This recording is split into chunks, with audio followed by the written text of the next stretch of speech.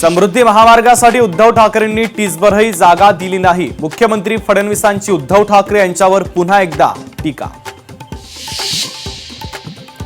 एक वेळ विरोधात बसू मात्र एमआयएम सोबत युती करणार नाही. एमआयएम सोबतच्या युती संदर्भात मुख्यमंत्री फडणवीसांचं वक्तव्य.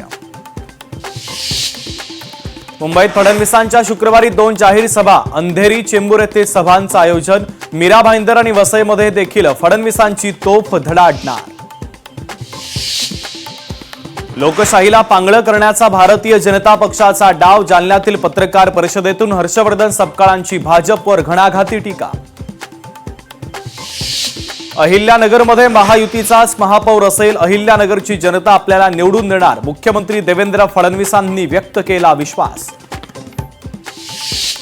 अमरावतीमध्ये अनिल बोंडे आणि नवनीत राणांमध्ये जुंपली. भगव्यासोबत कायम प्रामाणिक राहील अनिल बोंडेंचं वक्तव्य. तर भगव्यासोबत बेईमानी करणाऱ्याला सोडणार नाही. नवनीत राणांचा पलटवार.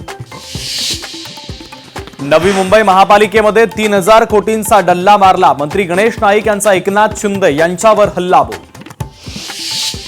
अंबरनाथमधील काँग्रेसचे नगरसेवक केवळ विकासासाठी भारतीय जनता पक्षामध्ये. काँग्रेसच्या आरोपाला रवींद्र चव्हाणांचं प्रत्युत्तर. गौरी गर्जे आत्महत्या प्रकरणी अनंत गर्जे वकिलामार्फत जामिनासाठी करणार अर्ज.